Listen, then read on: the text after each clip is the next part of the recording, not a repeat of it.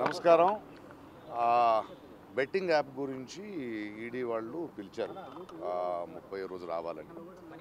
కొన్ని డీటెయిల్స్ ఏమేమి జరిగింది, మీకు వాళ్ళకి ఏం తీసుకున్నారు, ఎందుకు చేశారు, ఎప్పుడు చేశారు, వాళ్ళు యాజ్ ఎ డిపార్ట్మెంట్ వాళ్ళు పనిచేశారు.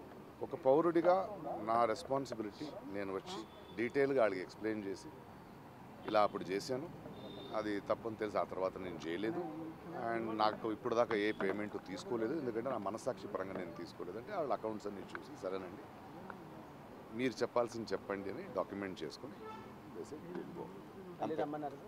మళ్ళీ రమ్మని లేదు, అయిపోయింది. లేదు కదా నా దగ్గర ఎకనామికల్ ట్రాన్సాక్షన్, అదే చెప్పాను. అదేం లేదని చెప్పానండి. ఒకే ఒక యాప్ చేశాను 2016లో, అది వాళ్ళకి చెప్పాను. వాళ్ళు పని చేస్తున్నారు, వాళ్ళు ఎతుకుతున్నారు, వాళ్ళకి మనం కోఆపరేట్ చేయాల్సింది మన బాధ్యత. అందువల్ల వాళ్ళు చెప్పిన డేట్కి వచ్చి వాళ్ళకి కావాల్సింది ఇచ్చి తర్వాత మాట్లాడుకున్నాం. Thank you. ఓకే, దయచేసి బెట్టింగ్ యాప్స్ మీద ఆడకండి. మీరు స్వయంగా సంపాదించే దారి చూసుకోండి. Thank you.